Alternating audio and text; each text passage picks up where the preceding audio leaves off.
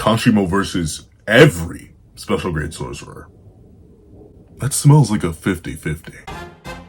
What's up, guys? Like, well, here, and here I'm going to do a breakdown / live reaction and I'm not gonna say review, but analysis of Gamblrr. I see he's gotten rid of the Restless Gambler title, just turned to Gamblrr with 2 R's, no E. Interesting. But Gamblrr's bada bing bada boom breakdown or video on Kashimo versus every single, well, no, Kashimo versus every special grade in JJK. This is gonna be an interesting one. Kashimo is undeniably one of the most controversial characters in all Jujutsu Kaisen by a long shot. Like he really controversial, especially for a manga only character. If you're in the manga community for JJK, you know Kashimo is crazy and chaotic. So I'm a little bit excited to see what Mr. Gamblrr has to say. So let's not waste any more time and let's hop right into it. Editing me. Are you ready? 3, 2, 1, go. What's up, guys? That guy with a pencil here. Fun fact, I knew him to have it on me and keep it on me at all times. And another fun fact, like I said, Kashimo is controversy the character. Like the character. To the point where, like, I think even having him... How do I put this?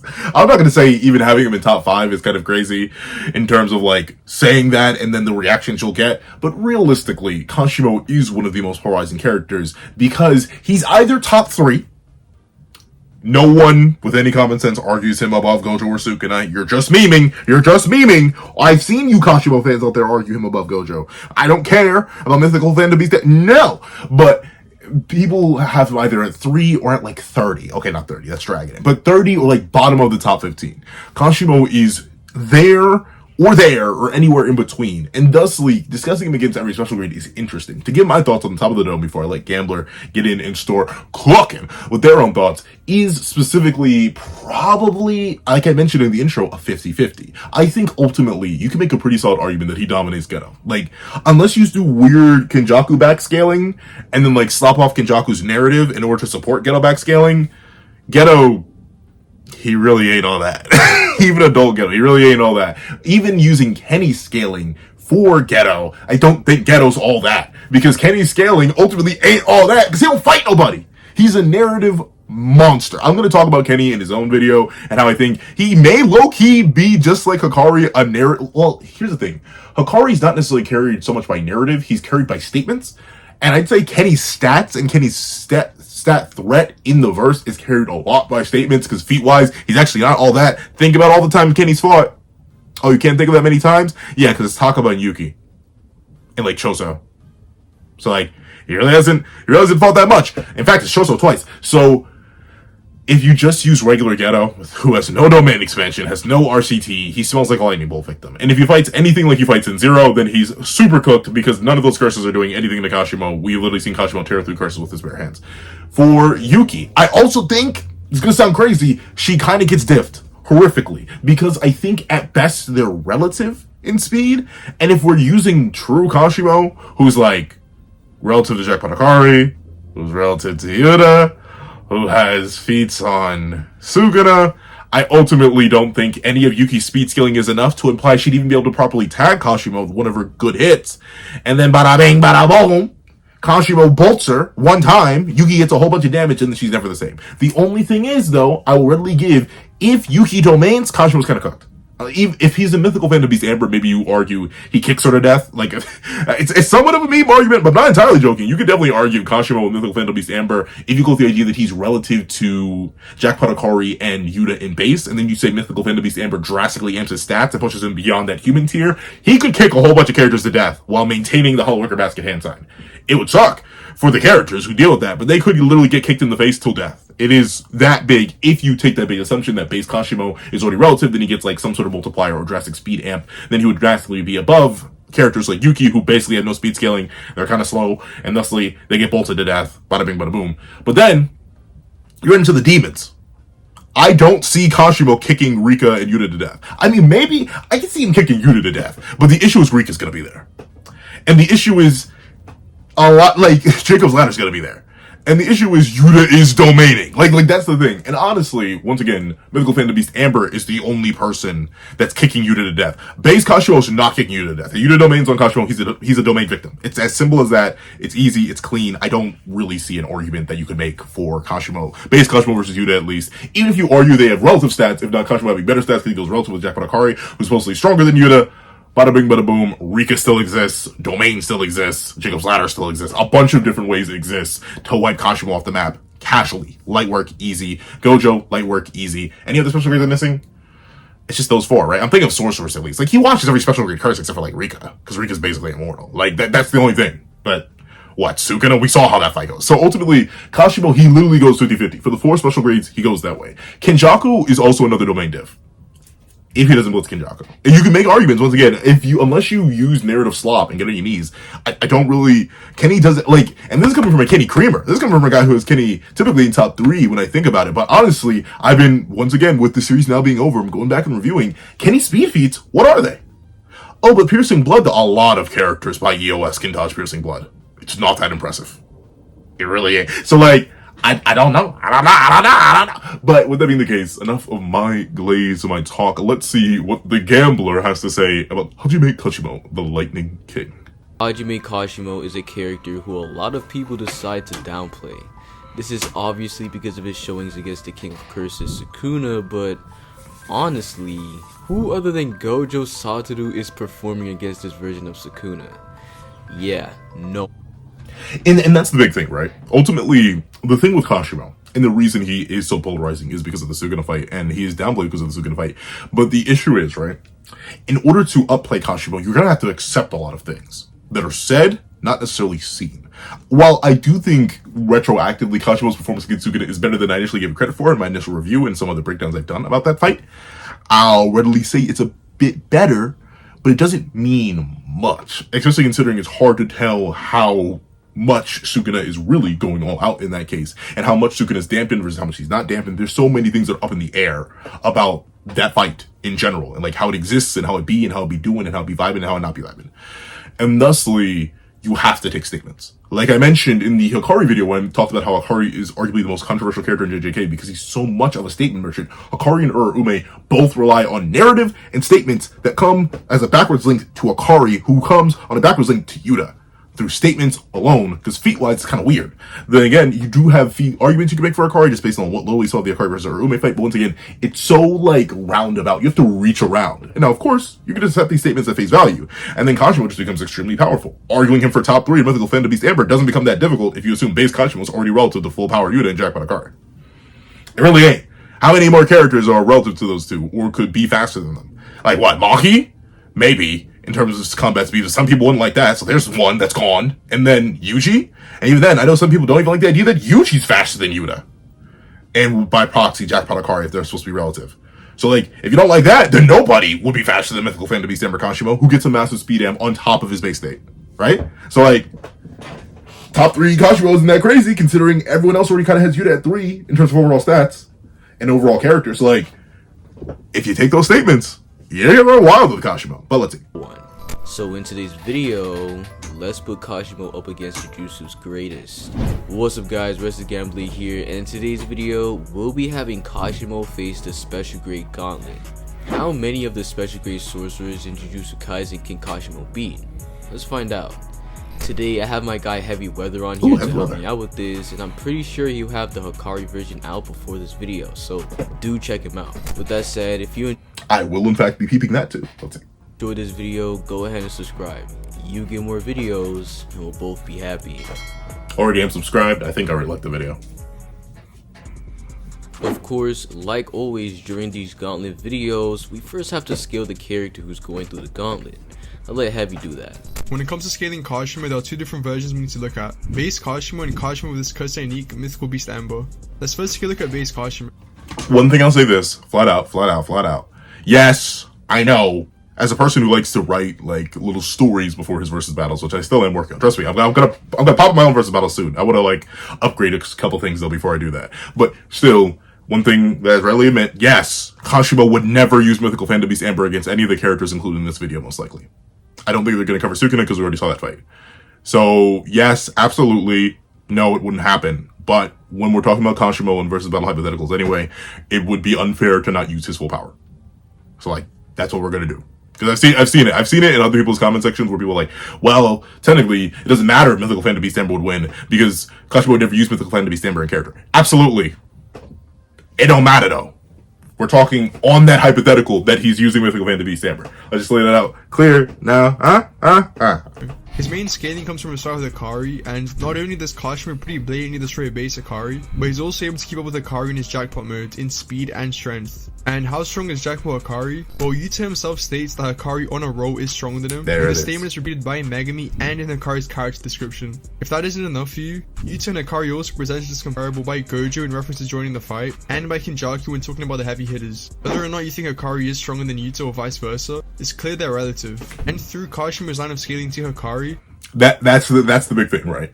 Even if you don't like the idea that Akari is superior, even though like I said, mostly I'm fine with it. I'm perfectly fine with it. Mainly because I don't think just being stronger than Yuta is just enough to beat Yuta. Like, Yuta is stupid. He's one of the many characters in JJK where just because you have better stats doesn't mean you're gonna beat him, because you got to beat the girl that's with him, and the girl that's with him probably has better stats than you anyway. But with that being the case, if they're just relative, base Kashimo is crazy, and then he gets NBA.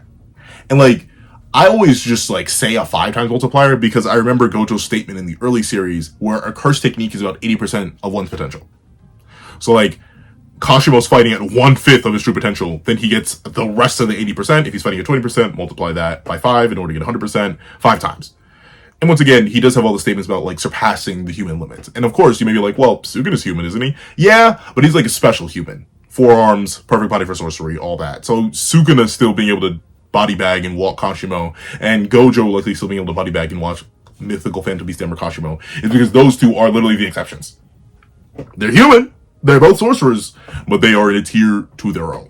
At least based on my interpretation. But let's see. he would also be in that tier of strength. Now moving on to Mythical Beast Amber Kashimo, this is where things get really interesting. Since we've already established base Kashimo to be around that Yuta Hikari tier, the fact damage Suguna managed to block and react to Kashimo's attacks means he's likely around that level as well. Suguna is able to block the attack and lift his arm up after Kashimo has already begun his swing. So if anything, Suguna might actually be faster. Why is this so important? Well, because NBA Kashimo proceeds to completely destroy Suguna without any struggle at all.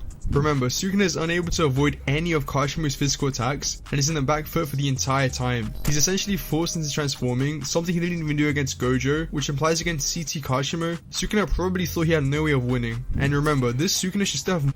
Now, okay, that's a little, I heard a little statement. You slipped that in there. You slipped that, you may be slick, but you ain't that slick. I'm listening. The thing I do agree with, that's interesting. I never considered it that way. Like, technically, yeah, Suguna does react to Kashimo mid-swing move a whole bunch. But I ultimately think Suguna's forced to incarnate there because he would lose and die to anyone who showed up and jumped him in that moment. Like, if Yuta showed up, he'd be cooked. If Hikari showed up, he'd be cooked. If Yuta showed up, he'd probably be cooked. Mainly because he was in a really bad spot physically. I do agree that Kashimo forced Suguna to incarnate. If he didn't, he was going to die. But at the same time, I think Maki could have slaughtered that Suguna. I think Yuji could have slaughtered that Suguna. I think Hikari, Yuta, and okay, that's about it. I think any of the heavy hitters could have come in and done the same thing Kashimo did, especially if you do believe they're all relative, which does make more sense. I wouldn't say that he said something along. Wait, let me just run that back real quick. He's essentially forced into transforming, something he didn't even do against Gojo, which... Now that's the line. Something he didn't even do it against Gojo. He didn't transform against Gojo, so Mythical Phantom Beast Amber must be built like that. No.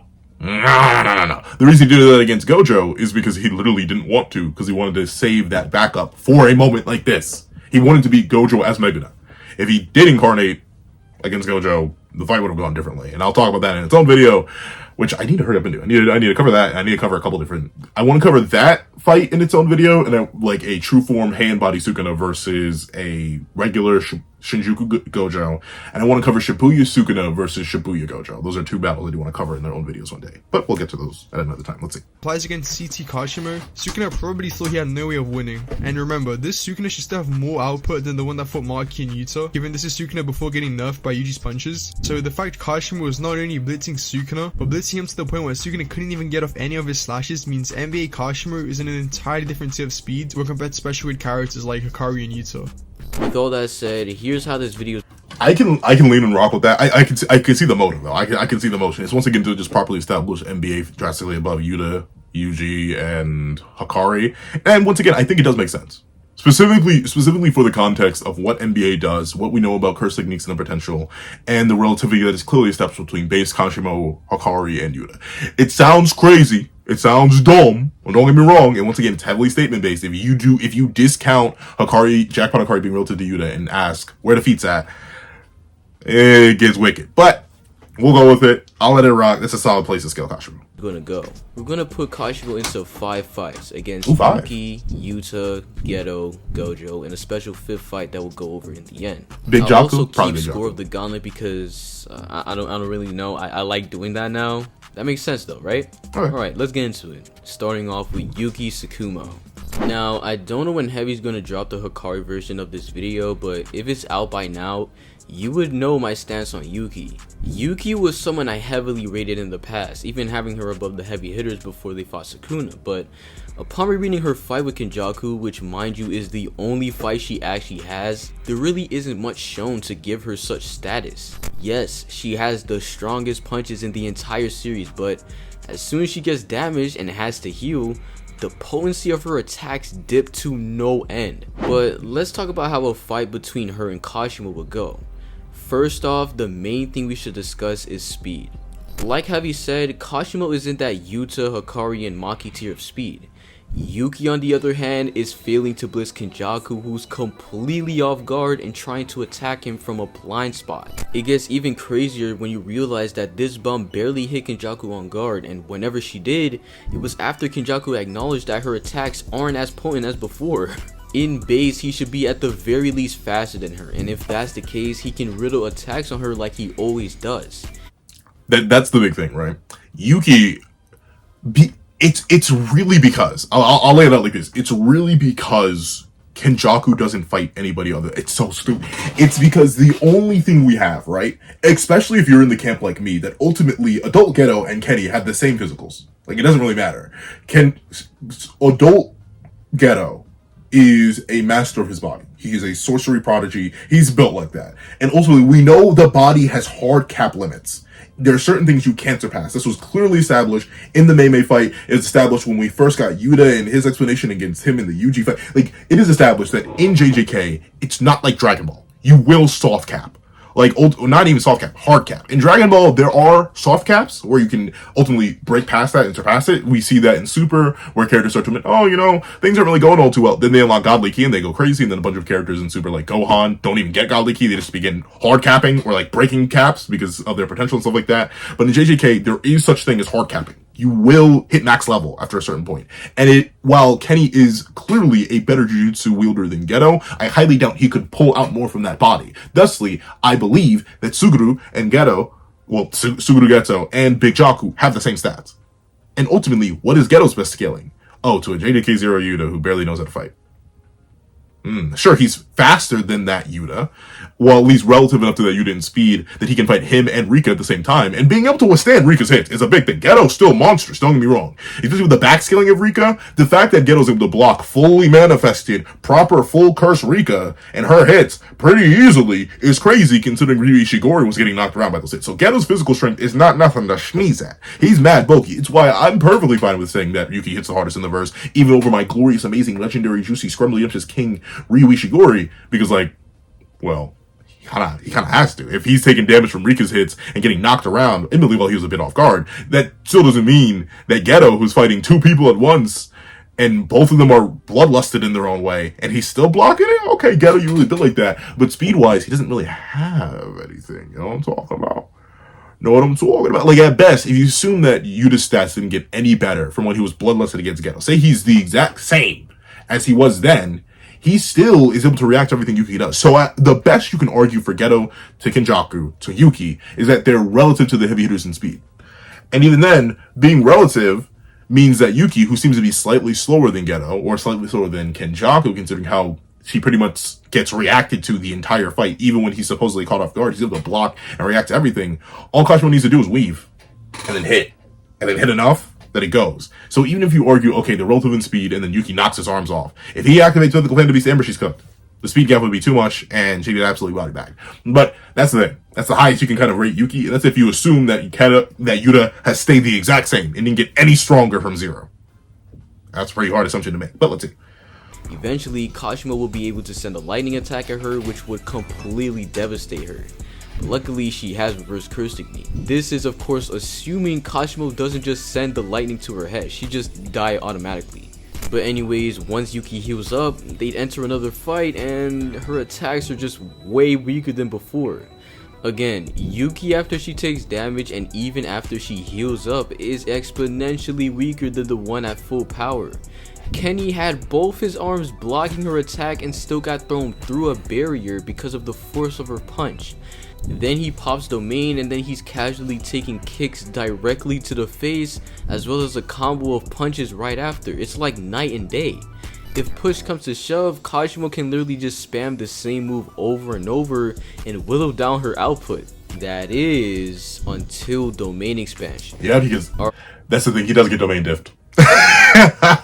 that's the big issue. Base Kashimo gets domain diffed. I still, like, it's gonna sound so stupid.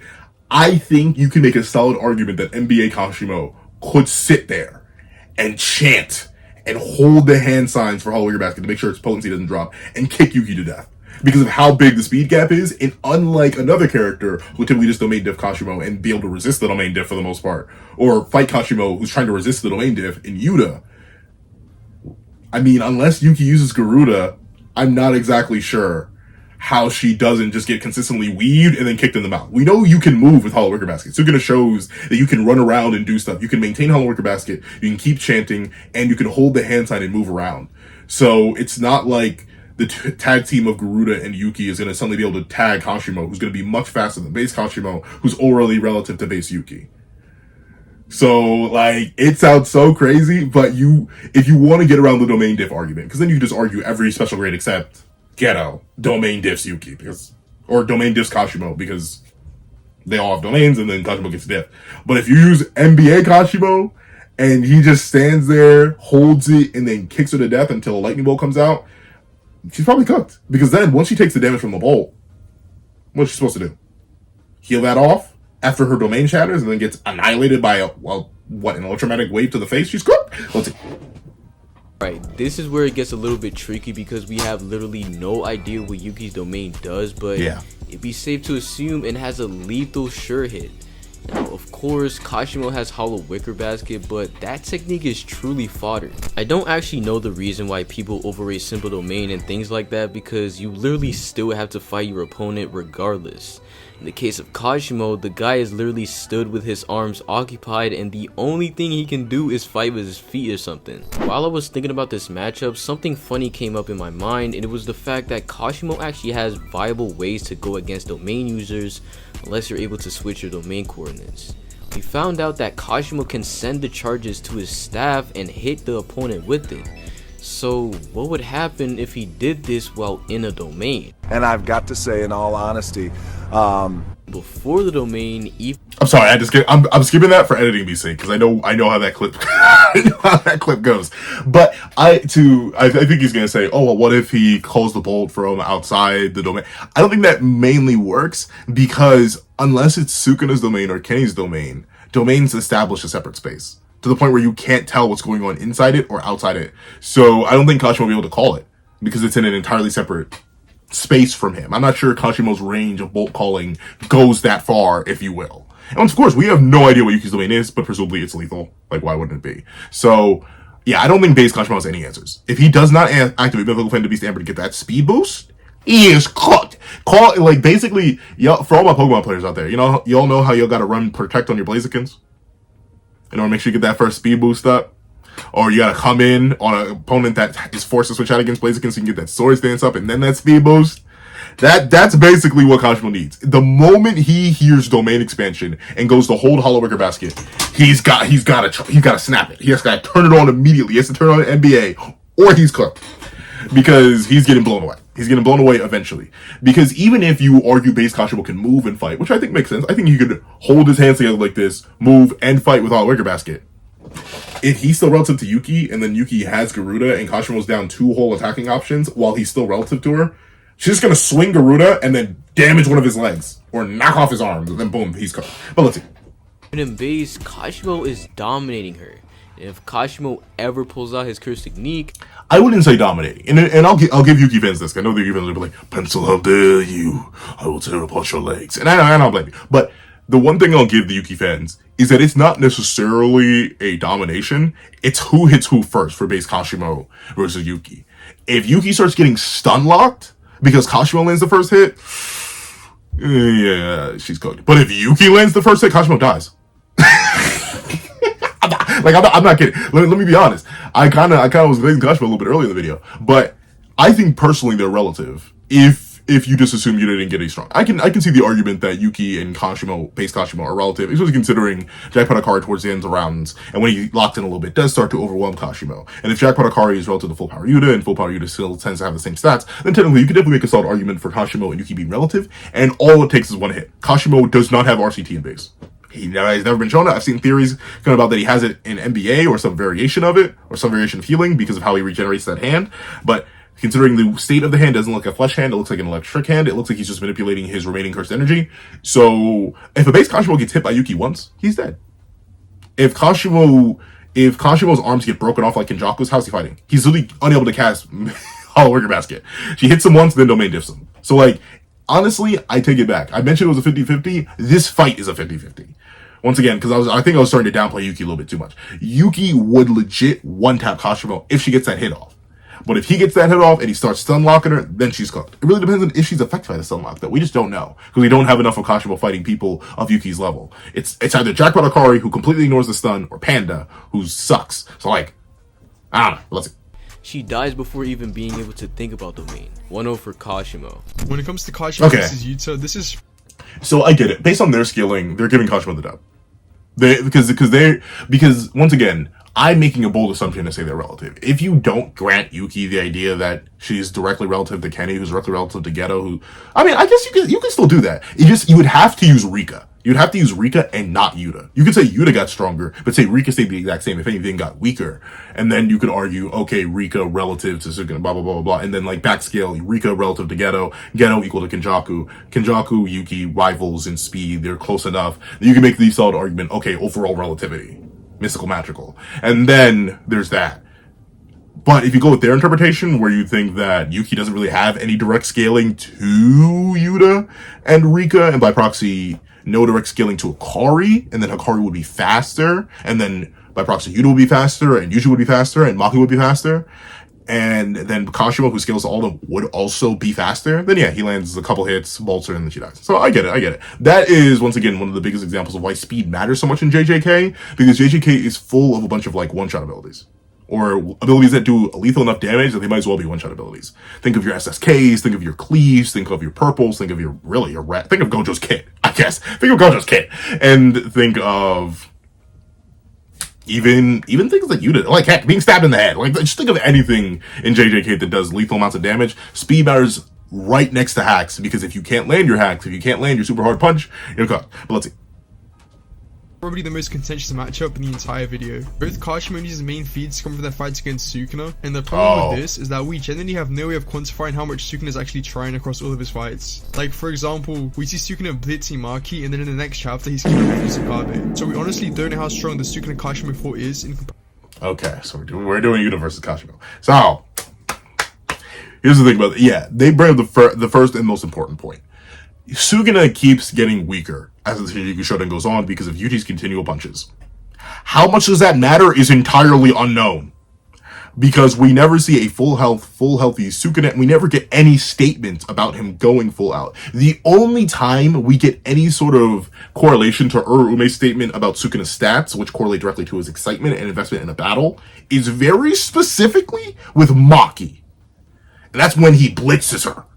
But then we have the Kusakabe stuff. Now, I can excuse a lot of the Kusakabe stuff, mainly because he's using Symbol Domain, and if you remember, what's explained in that chapter is that his domain does have auto-targeting. So, like, it's very specifically built to do something like this against Sukuna. It's not really Kusakabe doing it. It's the laws of the universe giving him sure hits on Sukuna, which Sukuna even still reacts to for the most part, or at least is able to contend with. He doesn't get knocked around a little bit though. But still, clearly, I don't think anyone's going to sit here and look you in the face and say that Kusakabe is faster than Yuta, or faster than Maki, or faster than Yuji, or faster than anyone because he's able to land multiple blows on Sukuna and throw him around. Like, no one's going to sit here and say that, even with the main hacks. So, yeah, Sukuna is really hard to judge. It's one of my complaints, like, not necessarily a complaint. I think it's fun, because it allows for a bunch of discussions and variations, interpretations. But it's a little bit annoying when you're trying to scale these characters by EOS, because you need to scale the Shinjuku characters. Those are the strongest versions of the characters we have in the series. But ultimately, because Sukuna is our unique scaling point, until you start looking for things that could arguably be stable, like his dismantle attack speed and stuff like that, I mean, you just really don't know. Even then, that could vary too. We don't know. So, yeah, Sukuna's scaling is nightmarish. Very, very nightmarish. The only thing I could see arguing for NBA being weaker than Yuta and slower than Yuta is the fact that it actually does, Yuta does actually land hits. The most Kashimo does is that he blocks some of Sukuna's hits with his physicals.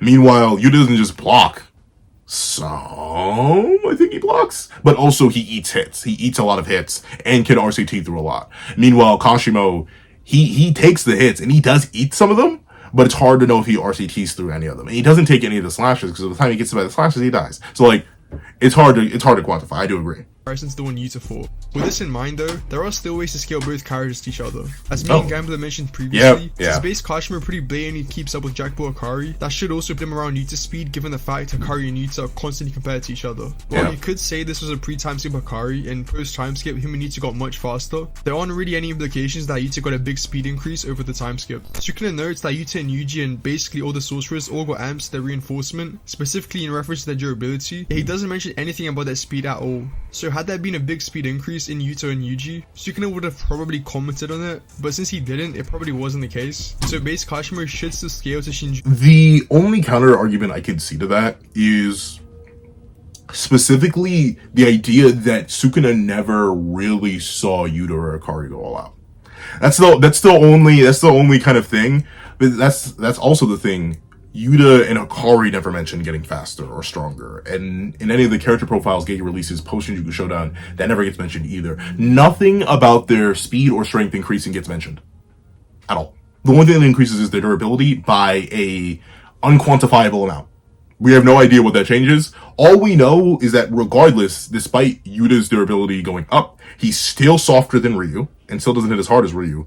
And the same thing with Yuji. They're both weaker than Ryu. Because Ryu's Ryu. He's like the highest generic output in the verse. He has the hardest punches in the verse except for Yuki. So like, yeah, it's very hard to argue that Yuta and Akari have speed buffs outside of headcanon. Which is fine. I mean, headcanon. Apparently we're headcanon Yuji have soul damage. I don't know, I solo poll? I'll write the videos that way. I'll do it. I think it's wrong. I think it's wrong. I think y'all are headcanon it. But if we're fine with headcanon, trust me, we gonna headcanon. Oh, two can play a game of headcanon. We can headcanon a whole bunch. But still, that aside, yeah, I don't think you can really argue speed or strength increases for any of the cast. Which is crazy to say, but I don't think so. The only one I could argue, Awakened Yuji versus base Shinjuku Yuji. Because we know that when he goes into his awakened state, as we saw back in his initial liberation, he does get amps. Even then, those amps are super unquantifiable, and it's nebulously below Sukuna, considering we see how that Awakened Yuji does against Sukuna. After the little Black Flash Barrage, he still gets body bag. So it's still weird. Yuta when it comes to speed, meaning he would be able to keep up with him. But if I'm being honest here, there is no way he's actually winning this fight. Not only is he going to be getting 2v1 the entire time, but if Yuta opens his domain, there's generally nothing Kashimo can do. We know Hollowicker Basket takes 2 hands to withstand a domain for long periods of time, and since Kashimo wouldn't be able to blitz Yuta before his Hollowicker Basket collapses, he'd essentially have to 2v1 Yuta and recut inside Yuta's domain without even being able to use his hands. So yeah, base Kashimo is getting slammed pretty badly. However, when it comes to Kashimo, yeah, base Kashimo versus Yuta is not a fair matchup at all. And the biggest thing about that matchup is that, like, you could argue maybe he gets his hands on Yuta. But, like, once again, the best case you have for Kashimo is relativity to Yuta. In terms of speed. And Kashimo still doesn't have ARCT. And you can't, like, honestly, for base Kashimo, you can't really prove he'd be able to break out of Rika's grip. So if Rika appears from the Shadow Realm and just grabs Kashimo, he's good. He needs NBA. like for all those recent memes about SS4 Gogeta versus Kabo going around. Yuta, I need it. Like that's Kashimo to NBA. He needs it against Yuta to stand a chance. And even then, it's really a coin toss. How fast do you think Yuta can get kicked to death? How fast is Kashimo running around and like blasting Yuta in his own domain? Because that's what's gonna happen. If Kashimo goes NBA, Yu's dropping domain. There's no if, ands, or buts. So it really becomes a Kashimo who has no hands versus Yuta and Rika inside their domain. And remember, Yuta could easily just fully manifest Rika. He already has the Rinnegan. He could easily just say, Rika, give me everything on top of domain. So he hits fully manifested Rika, who we know is stronger than unmanifested Rika, who's already stronger than Kashimo, considering we see unmanifested Rika manhandle Sukuna. So like, it is nothing but violence for Kashimo. You'd have to make some sort of argument that NBA Kashimo can kick Yuta to death before Rika gets his palms on her, or gets her palms on him, and before Yuta gets through any of Kashimo's holds and hits him with Jacob's Ladder. Because Jacob's Ladder may insta one-shot Kashimo, because it turns off his curse technique, and as we know, once Kashimo activates his curse technique, he's on a path towards death. But let's see. With this CT, Mythical Beast Amber, things get a lot more interesting. When fighting damaged Sukuna, CT Kashimo was able to pretty easily get his charges and send a lightning bolt at Sukuna. And keep in mind, even though this Sukuna was damaged, it took like, 4 hits? 4 hits, I think, for Kashimo to get his bolt off against Sukuna?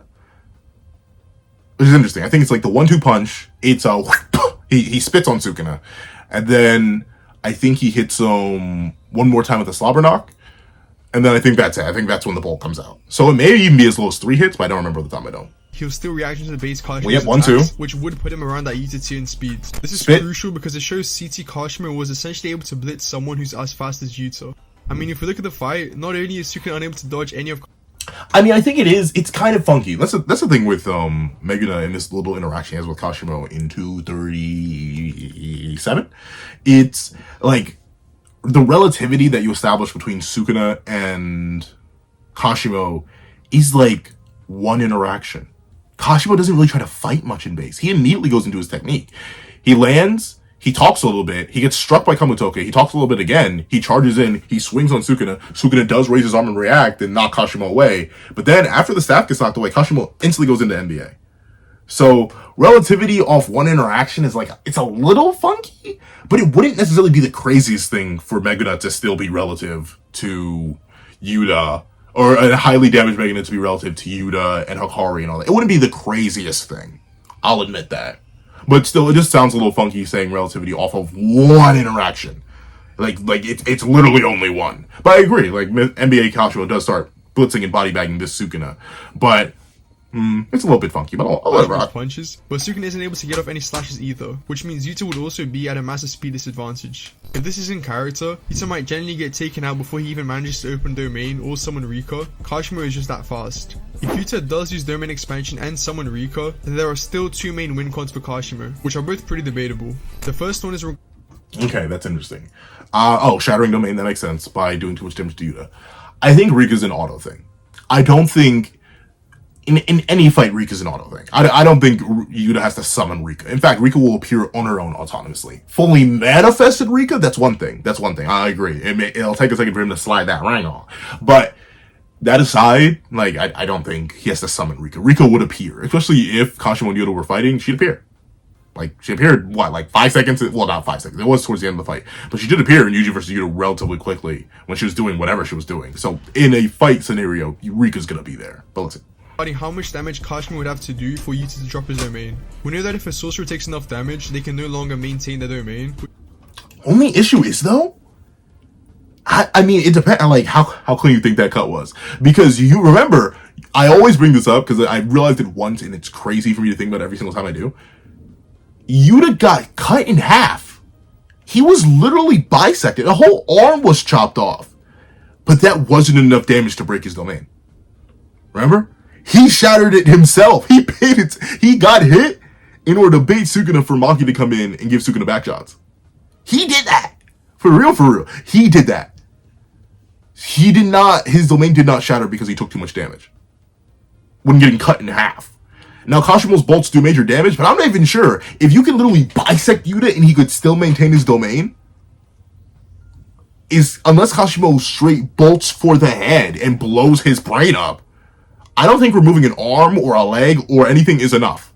Because we removed Yuta's top half from his bottom half and an arm with that, and he was still able to maintain his domain. So I don't think Kashimo's doing that.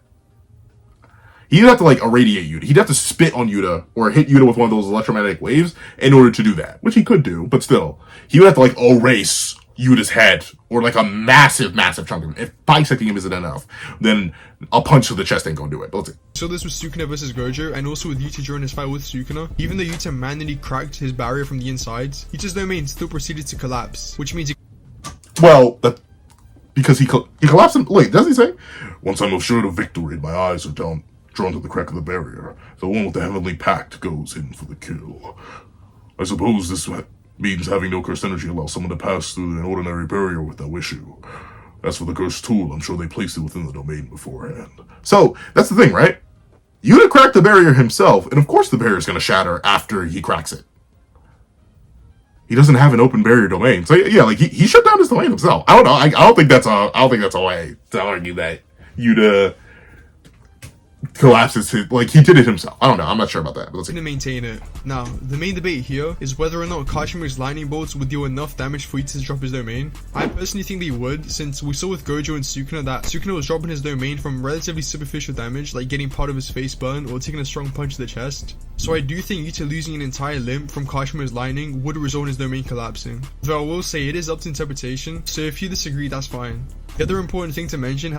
Yeah, that's when we're all agree to disagree. Mainly just because of how it's described that Yuta's domain collapsed. It wasn't that he couldn't maintain it, it's because he literally shattered it himself, and thusly a domain will auto shut down from that. Because it's broken.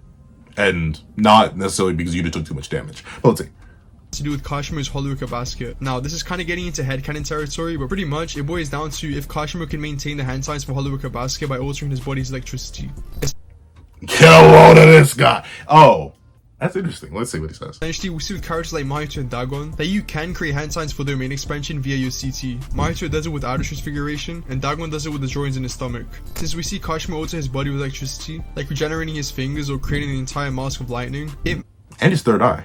Might be possible for him to do the hand signs for Hollow-Wicker Basket through his electricity to keep his actual hands free, kind of like Sukuna was doing. If he is able to do this, then the fight does definitely go in his favor. But again, this is just speculation, right? We don't actually know if Kashimo can. I wouldn't assume that. That's too big. That's too big. Well, the third eye is also a big thing. Like, if you were to just be able to open the third eye in your head, that is crazy. That's funky how that's a property of electricity, I guess. But the most we see him do is regenerate a hand. To assume he can make two extra arms, like he turns into a Tetraman and suddenly he has 4 arms to hold Hollow-Wicker Basket, I think that's dragging it. Just a little bit too much. Just a little bit too much dragging it. But it really depends. How much faster do you think NBA makes him? Do you think it's a 5 times multiplier? Do you think it's a blitz level above? If you do think it's a blitz level above, then Rika and Yuta are never hitting him. They both have cursed energy. They wouldn't be able to fake him out or anything. He just blitzed them. He activate Hollow-Wicker Basket, hold it, begin chanting, and then triple kick Yuta in the face, bolt his dome off, and then by the time Rika realizes what's happening, she's already been blitzed. That's it. Even then, that's if you think that's how that works. If you don't think NBA is that much faster, if you don't go with the base Kashimo to base Akari and then you go with like a multiplier or a massive speed increase, then it doesn't really matter. He gets the main diff. Let's see. Do this. If you think he can't, then the fight basically boils down to: do you think CC Kashimo would be able to land his lightning on Yuta before his Hollow-Wicker Basket collapses and he gets hit by Jacob's ladder? Think back to when Kashimo was fighting damaged Sukuna and how long it took him to accumulate his charges. Do you think against Yuta, Kashimo's Hollow-Wicker Basket would collapse before that happens? This is also dependent on how many charges Kashimo has on Yuta before he opens his domain. So let's say by the time Yuta is able to open his domain, Kashimo has already touched him 3 times. Then all Kashimo would have to do is tag Yuta one more time to land his lightning, which in that case I'd give it to Kashimo, but again, this fight could definitely go either way, and a lot of it comes down to interpretations. So if you think Yuta's stronger and that he would destroy Kashimo, then that's completely fine. Heavy's conclusion made it ambiguous, but I've made Yuta versus Kashimo in the past already, and I have Yuta winning, so I'll give it 1-1 for Kashimo. Yeah, I can see it. Once again, with Kashimo, once again, it runs down to the statement issue. You're gonna have to make a bunch of assumptions based on statements. If you make those assumptions, though, I can see a Kashimo dub. But now this should be some light work. Let's see. 1-1, that does make sense. Let's see. Now we'll get to Geto, the first special grade curse user. Geto was a force to be reckoned with. Without domain, he gets diffed. Without domain, Geto is a victim. But I'll let Gamblrr cook. I'll see. But I've said it before. Geto has no domain. He cannot domain Diff him, and the curses mean nothing. So let's see what he says. JJK 0 against baby Yuta. Now, this isn't to completely downplay Geto because he actually has insane statements regarding his physicals. Gege actually says that Geto is physically stronger than Gojo himself. Of Gojo, Maki, Megami, Maki, Mai, Nabito, Naoya, Toji, Noritoshi, Kenjaku, Geto, Kenjaku. Who is the strongest grip strength? Ignoring Toji and Maki, it's Geto wearing Kenjaku's body. Oh, wow, really? But, okay, admittedly, though, that's grip strength. That is grip strength, though. I wouldn't say that's like, you can have higher grip strength, but then punch softer. If I'm glazing Geto, I'm glazing him using JJK 0 fully manifested full curse soul inhabited Rika. That's how I'm glazing Geto. I would use this statement because it mentions grip strength. Let's see. Also the host body of Kenjaku, and so anything he does, Geto can do. Other than obviously his plans or techniques. But that's as far as it goes because I went over how Kashimo absolutely washes Yuki, and now we have a weaker version of the guy who cooked Yuki. Geto's speed is incredibly lackluster. He was going band for band with baby Yuta, and since then. But this is it, right? Y'all see him hitting that, right? Y'all see him 2v1ing right there. Like, I'm not sure if they're gonna show the panel, but he blocks Yuta and Rika at the same time. And like I mentioned, baby Yuta ain't that impressive, but bloodlusted Rika, specifically giving the order, hey, off this man.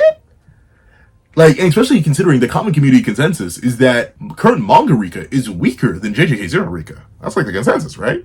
And Geto's able to react to and no-sell that Rika, who if anything, at bare minimum is the same, and if anything, weaker in the main manga. And then Rika, she does some devious and dastardly things to Sukuna, admittedly while jumping him, but still, that's to Sukuna. And of course, she has her feats against Ryu, where she's going band for band with him, speed-wise. So, like, he's not one to be too slept on. I think he still gets victimized by a lot of the verse because he lacks a domain, and against the characters who don't domain diff him, they SSK diff him. I'm talking about Maki and Toji, but like, don't sleep on. He still got some pretty solid scaling. It only clicked to me about the Rika stuff recently, though. That's the thing. I was going and making a script, and I was like, well, wait a second, hold on, maybe. Because we all talk about how Geto gets diffed a lot by characters because he doesn't have RCT and he doesn't have domain because he's a 0 character before either of those RCT was made up, but essentially domains weren't made yet, so thusly Geto gets diffed by being too early series of a character. But don't sleep on his physicals. His physicals are kind of cracked. So are Kenny's. Let's see. Yuta got multiple power-ups leading up to Shinjuku, where Kashimo should be relative to. Geto's AP is also not all that. His maximum Uzumaki got overpowered by an attack that got cancelled by Ryu's curse energy output without his curse technique. On top of that, the attack just isn't fast enough to actually do anything to Kashimo because even the fodder in Shibuya was able to react to it. In Kusakabe's defense, it is also very likely he used the symbol domain thing, which is auto react. And in Geto's defense, I'll admit though, his AP really isn't all that because he doesn't actually damage Rika. When Ryu damages Rika, he damages Rika, but he's just able to block Rika. So he's able to react to that kind of strength and block that kind of AP. But it's hard to argue unless you go with the whole idea that if you can block it, you can hit back that hard. Once again, every action is an equal and opposite reaction. Then you can make arguments for Geto's AP, but like without that. Yeah, he barely does any damage to Yuta. So like, it's hard to argue Geto's AP. I'll readily admit that. The worst thing is Geto's lack of abilities. He has no domain expansion and has no reverse curse technique. Emphasis on RCT, of course, because Kashimo's lightning would tear through him like a piece of paper, leading him to the state he was during JJK 0. The fight would have Kashimo blizzing him like he was doing against Panda, hitting him multiple times, cooking all the curse spirits he might use on him, and then cooking him with lightning. Easy dubs, that's 2-1 for Kashimo. Unlike the previous matchups, there isn't really much to say when it comes to Kashimo versus Gojo. Other than the fact Gojo just blatantly scales above Kashimo in every single stat, there's also the issue of getting past Infinity. So that's what I'm going to be talking about. Is there a way for Kashimo to actually get through Infinity? And the answer to that is maybe. It might be possible for Kashimo to get past Infinity by using Hollow Wicker Basket. What? I know this sounds crazy, but let me explain. The reason for this is pretty simple. It is implied that Symbol Domain can negate a defensive CT during the Mechamaru Mahito fight. Essentially, inside the barrier of a Symbol Domain, even people like Mahito and Gojo will be vulnerable, which is how Mechamaru damages Mahito. I'm not saying Hollowicker Basket and Symbol Domain can actually negate curse techniques. That obviously isn't the case. I'm specifically talking about bypassing curse techniques that would stop the user from being hit, such as Idol Transfiguration and Infinity, for example. And because Hollowicker Basket is the predecessor to Symbol Domain, I do think it's like World symbol is misleading. In other words, the domain is activated inside a domain. A caster, the first domain, and Mahito will be vulnerable. I wouldn't give it to Hollowicker Basket though. I give it to Symbol Domain. I give it to a Symbol Domain user. You can argue Symbol Domain would work as, and we even see it. It's like a soft DA. Symbol Domain works as like an off-brand domain amplification where it is able to soften the effect of certain curse techniques. We see that with how Kusakabe initially uses it against Sukuna until he's able to activate his domain a different way, I guess, by the time he actually fights Sukuna one-on-one properly, and then is able to fully auto-react to Sukuna's slashes. But I wouldn't say Hollowicker Basket has that same thing, because we see it doesn't. Or at least it doesn't have the same, like, technique softening properties that Symbol Domain does. Because remember, against Reggie, none of Megami's attacks were slowed down or stopped. Of course, he does mention defensive techniques, but we never see it used in that way.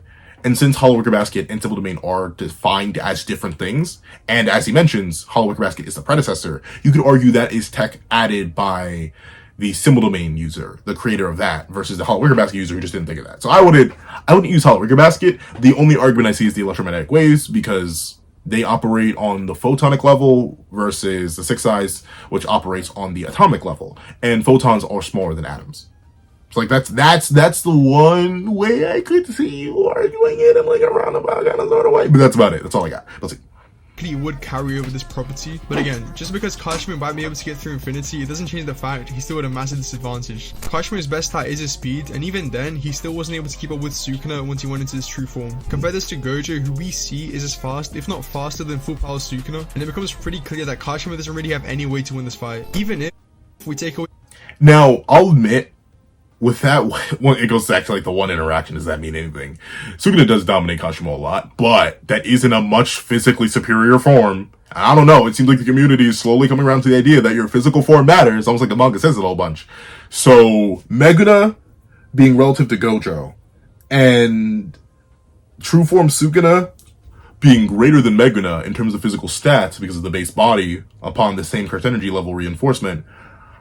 I think you could make an argument that they could be relative. Not really, though, because Suguru does dominate. He dominates! And then you would have to start making that argument for other characters, and Gojo's clearly faster than a bunch of the other characters. Gojo's Infinity, his domain, and give Kashimo the benefit of the doubt until he can dodge red and purple. Gojo's RCT is at such a high level where he just regen from all of Kashimo's attacks and outlast him. Remember, CT Kashimo is constantly running on the countdown before his body collapses, so given enough time, he just loses by default. If you guys could come up with any arguments as to how Kashimo could possibly beat Gojo, make sure to drop them in the comments, because as of now, he probably loses this fight 10 out of 10 times. Next up we have Kenjaku, and I'm not gonna lie, this fight is honestly kind of one-sided. Kenjaku's main strength comes from his CT and his domain, but regarding his actual stats, he isn't really anything special. In fact, it's pretty likely he's around Geto's level when it comes to physicals. The main reason for this is that when Gojo analyzed Kenjaku's cursed energy, he couldn't distinguish the difference between Geto and Kenjaku CE. This is the same Gojo who can read your cursed energy manipulation and reinforcement just by glancing at you, like he did with Yuji. Both Kenjaku, it's implied he has the same as Geto's. To add on to this, Yuki also makes it seem like Kenjaku and Geto are pretty similar in terms of physical stats, as in one of his interviews, he seems to use Geto and Kenjaku synonymously when referring to their grip strength, which again, just further supports the narrative that they're relative in stats. Now, the reason this is so important is because Kenjaku himself doesn't really scale to anyone. The only person we see him truly scale to is Yuki, and the only thing we know about Yuki is that she's probably weaker than pre-Sendai Yuta, but we don't really know about how much. So by linking Geto to Kenjaku, it makes it easier for us to actually measure him. And I'm not gonna lie, it's not looking too good for Kenjaku. Not only does Geto almost get blitzed by Volume 0 Yuta, but after getting punched one time, he takes significant damage and basically goes straight into sacrificing all of his curses to his maximum Uzumaki, which kind of implies his Volume 0 Yuta is probably above Geto or equal to him when it comes to physical stats, and the same would apply to Kenjaku. The only reason, okay, I've been kind of letting them speak because I had to run and take care of something, but the only reason I'd say maybe not, it's admittedly that Yuta interaction is very weird, is because of Rika once again. It's all because of Rika. Because once again, kind of like how I talked about earlier, the biggest issue with the Sukuna fight is that you need to look for constants, you need to look for exceptions, you need to look for different things. That's the thing. Rika is our one linking point between Zero and the modern manga. And we know no one with... I mean, I don't think it's crazy to say. No one believes that Yuta has better stats than Rika. In terms... Maybe speed? Maybe? But, like, physically wise, Yuta is less durable and not as strong as Rika. Ryu says this verbatim. Maybe that's about fully manifested Rika, but still. And thusly, since Geto's able to block attacks from fully manifested Rika, then shouldn't he be, like, his stats should still be solid, at least Dura-wise. Dura-wise and, like, blocking strength.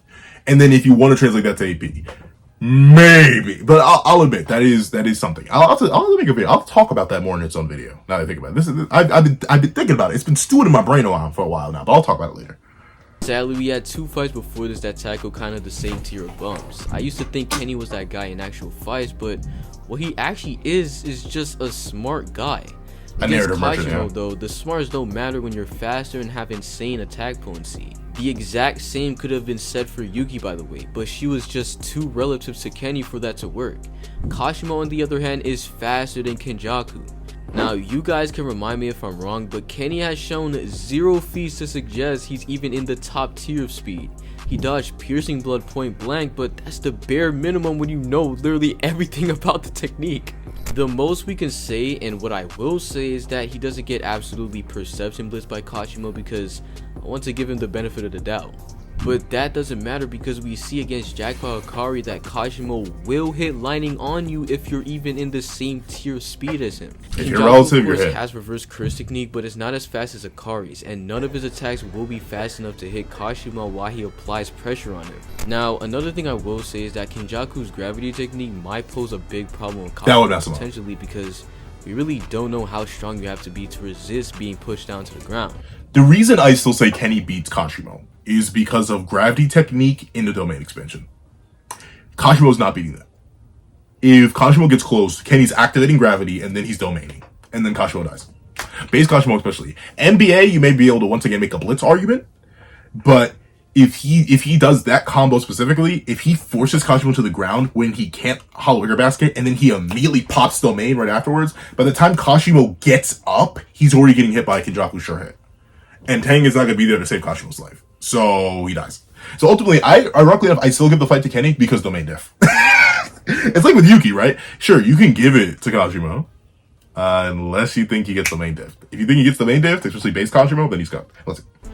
At the same time, it's only for 6 seconds, which is a crazy drawback. If Kenny doesn't cook Kashimo during the time that he's down, Kashimo will adjust to whatever the hell is going on and literally won't let it happen again. Kenny's domain expansion is the only thing that can give him the win against Kashimo because Kashimo doesn't have reverse curse technique.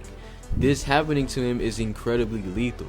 Pushing through like Yuki might allow him to do more damage, but eventually he would just succumb to his wounds. However, if Kashimo uses his curse technique, Kenny's head is blown up in 5 seconds. I'm giving that to Kashimo.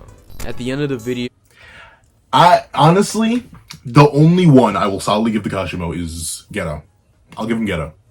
It is too much of a hypothetical. It is too much Kashimo glazing on my end to be here and say he doesn't get domain diffed, even in NBA. And because you have to make the arguments. You have to make arguments around statements, and then you need to vaguely upscale those statements with NBA. So it's statements on statements. It is straight beans.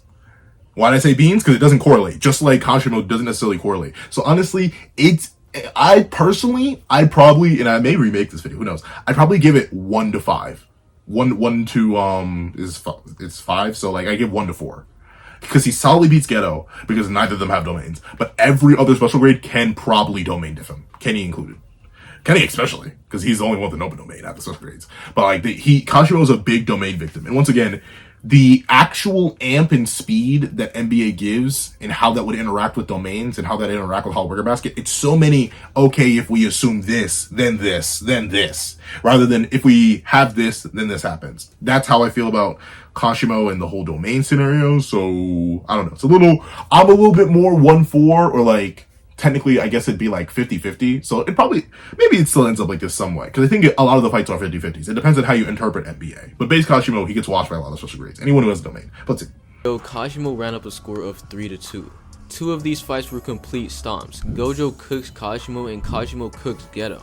Yeah. Another two are super contentious, with there being more ambiguity between Yuta and Kashimo as opposed to Kenjaku and Kashimo. Yuki versus Kashimo was an eye-opener though, because she really isn't who we really she's just not that guy. Yeah, I'll talk about Yuki again. I'll talk about Yuki because it really gets crazy. I'll talk about Yuki in our own video again. What did you guys think? Let me know down in the comments.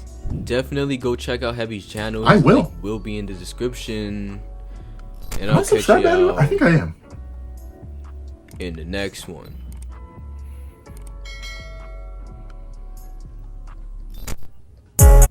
Okay, all right. W video, absolutely. Hold on, let me hit that.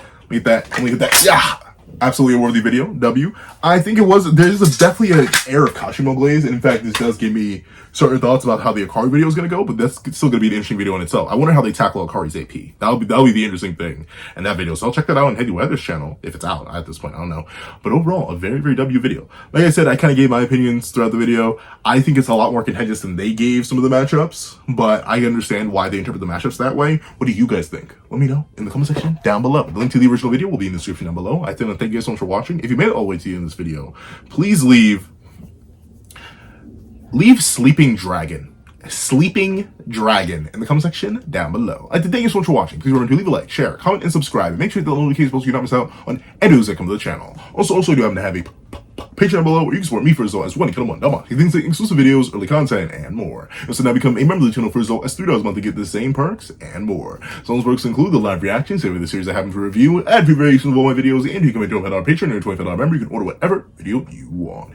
Also, I do have a link to my Ko-Fi in the description down below, where you can drop 5 beans for a short video, 25 beans for a long video, or any beans at all. Any support is always greatly appreciated. Now, I'd like to thank you so much for watching once again, and I hope you guys have a wonderful day. This is That Other Pencil, writing off.